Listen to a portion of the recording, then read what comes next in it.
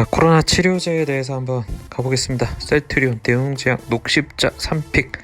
자, 여러분, 우리 셀트리온 약을 만듭니다. 어서오세요. 우리 셀트리온 상점으로 오십시오. 와, 아닙니다. 우리 녹십자 상점이 먼저 만듭니다. 녹십자에 오세요.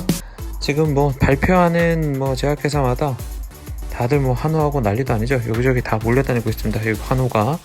먼저 항체 치료에 대한 개념은 아주 오래됐죠. 디프테리아라는 이런 균에 대해서 이 독소에 대한 항체를 만들었어요. 디프테리아를 말에 주입해서 말에서 만든 항체를 사람에게 주입한다. 얘네들이 항체를 뿅뿅 만드는 거 사람에게 주입한다 개념으로 시작했죠. 근데 코로나는 어떠냐? 혈장 치료가 먼저 연세대에서 2케이스 시행했던 게 있었죠. 고혈압으로 칼리트라 치료했고 점점 나빠져서 인공호흡기 달았다. 코로나를 이긴 남자가 혈장을 수혈해줬어요. 나빠진 폐가 좋아졌다. 예전 영상에서도 확인할 수 있죠. 코로나 바이러스가 들어오면은 우리 몸은 이런 항체들을 만듭니다. 이건 우리 혈청에 있는 것이죠. 그런데 여기에서는 중화항체도 있을 거고 아닌 놈도 있을 거고 그렇죠. 녹십자의 방식은 이 환자의 혈청에서 요 놈만을 뽑아내는 거예요. 요 놈만을 환자의 피에서 요 놈만을, 그러니까 코로나에 걸린 사람이 항체를 만들었겠죠. 요 놈을 뽑아내는 기술. 녹십자가 잘하는 건 요거예요. 항체 뽑아내는 기술, 인간 면역글로불린 이런 거 뽑아내는 기술이 독보적이죠. 국내에서는. 우리나라에서는 따라잡을 팀이 없어요. 요걸 하겠다는 거예요. 요거 상대적으로 더 간단하고 만드는 과정이 덜 복잡하죠. 아마 성공 가능성이 아주 높을 것 같아요. 얘들은 할 것 같아요. 근데 이건 단점이 있죠. 이거 수혈한 사람이 많이 있어줘야 돼요. 코로나 환자인데 피를 주는 사람이 많아야 돼요. 어떤 기사 보니까 5리터가량이 필요하다는 기사가 있더라고요. 자, 근데 셀트리온은 이 항체를 누가 만드냐? 이 세포주라는 놈이 만드는 거예요. 유전 정보를 주입해서 세포주가 만드는 항체. 자, 장점이 뭘까요?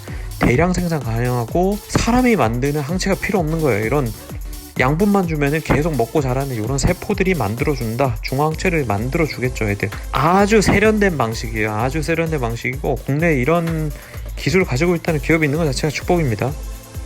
자, 그렇게 해서 이 만든 항체가 코로나를 잡아 죽인다. 이런 방식. 자, 셀트리온 항체 치료제 경험은 이미 메르스 때나 인플루엔자 때나 다 있고 여기도 과정이 진행 중이죠. 아직 치료제로 나온 건 없습니다. 이런 과정으로는. 자, 그러면은 지금 연세대에서 전에 한 거 수혈, 혈장을 뽑아서 아픈 사람에게 줬다. 코로나 걸린 환자의 혈장을 뽑아서 아픈 사람에게 투입했더니 나았다는 거죠. 2케이스 보고됐고, 녹십자의 방식. 이거는 혈장이 아니고 혈장 안에 있는 항체만을 뽑아내서 환자에게 주입. 이것도 좋은 방식이죠. 셀트리온 방식은 이 항체를 여기서 뽑는 게 아니고 세포에서 키워서 주입한다.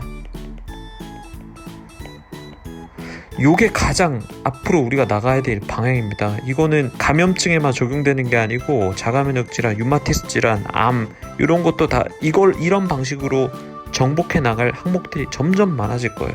요 기술의 거의 세계적인 수준이죠. 독보적인 회사. 그리고 니클로사마이드 기생충 치료약이에요. 기생충. 자, 요거는 이미 어떤 방식이냐면은 이 약 저 약 그냥 한 번씩 다 뿌려보는 거예요. 약을 한번 다 써보고 세포에서 바이러스를 억제하네? 이거 한번 연구해볼까? 이런 방식으로 하는 거야. 패럿, 이런 쪽제비, 귀여운 쪽제비 같이 생긴 이런 놈에게 투여했더니 얘를 이름이 패럿이거든요. 얘가 지금 충북대에서 모델을 개발해서 지금 충북대 기사가 많이 나올 거예요. 어쨌든 셀트리온도 충북대 나가고 있고 얘들도 충북대 나가고 있고, 항바이러스 효과하기 3일 만에 폐조직에 소면 몇 마리인지 정확하게 안 나와 있더라고요. 조직 내 염증 효과 기대한다. 자, 이거는 조금 뭔가 아직은 좀 부족하지만은 그래도 효과가 좋았다. 셀트리온보다 효과가 좋았다. 이건 정말 아닌 것 같아요. 어쨌든 기전이 복잡하죠. 기전이 복잡하다는 것보다 잘 모르는 게 많고 명확한 하나 딱 집어서 설명할 만한 게 없다. 아까 셀트리온 같은 경우 깔끔하죠. 요거 한방, 요걸로 설명 끝이에요.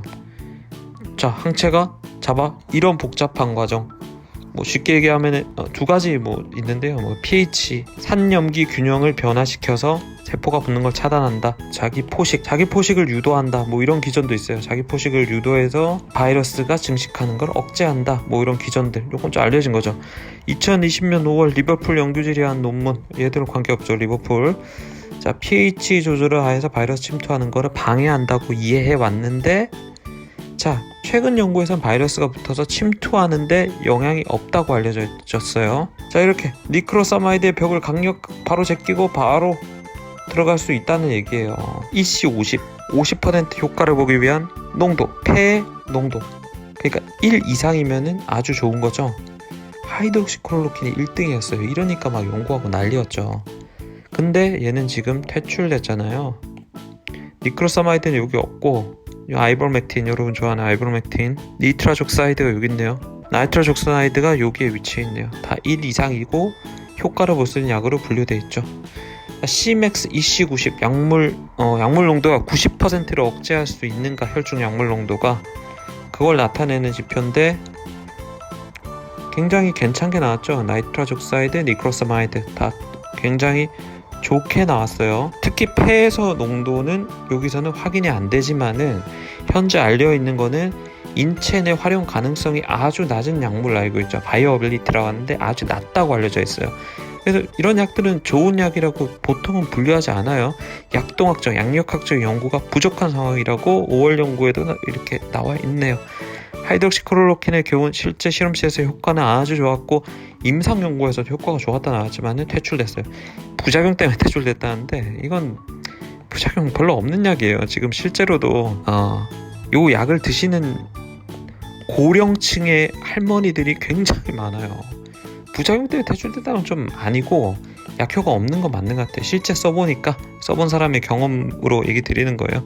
저만의 경험이 아니고 여러 사람의 경험. 실제 임상 연구에서도 효과가 없어서 퇴출. 실제 신약이 있고 앞으로 개발된 신약이 있고 이런 기존의 약물들로 개발한 약이 있는데 아마 신약은 정확한 타겟을 정해서 개발하는 약이고 요거는 어떤 기전들, 이런 기전도 있다, 한번 써보자, 약간 이런 식으로 진행되는 거기 때문에 상대적으로 다른 부작용이나 바이러스만을 타겟으로 하는 약물이 아니기 때문에 다른 약물의 다른 부작용들을 볼 수 있다는 거죠.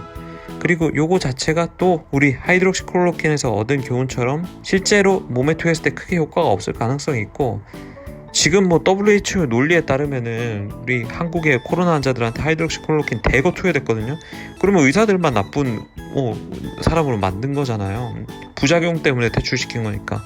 약효가 없어서 퇴출된 게 아니고 부작용 때문에 퇴출시킨다고 하니까 이거 처방한 사람들에겐, 그걸 처방 받은 사람들이 얼마나 무관하겠어요. 너무 급하게 쓸 필요는 없을 것 같고요. 최종적으로 약효를 정확히 확인하고 효과가 있다면 써야 되는 약인데, 기존 개발 자체가 이게 지금 코로나 때문에 연구됐던 게 아니고 예전 인플루엔자나 메르스 때도 연구됐기 때문에 이게 실제로 얼마나 큰 효과를 볼지 모르겠습니다. 제가 하나 원픽을 꼽자면은 셀트리온, 이번 녹십자의 항체 치료제, 그 다음에 조금 낮게 대웅의 네크로사마이드를 뽑아보겠습니다. 자, 모든 전문가들은 기대할 건 항체 치료제라고 보고 있습니다. 여기에 집중하시면 됩니다. 치료제는. 감사합니다.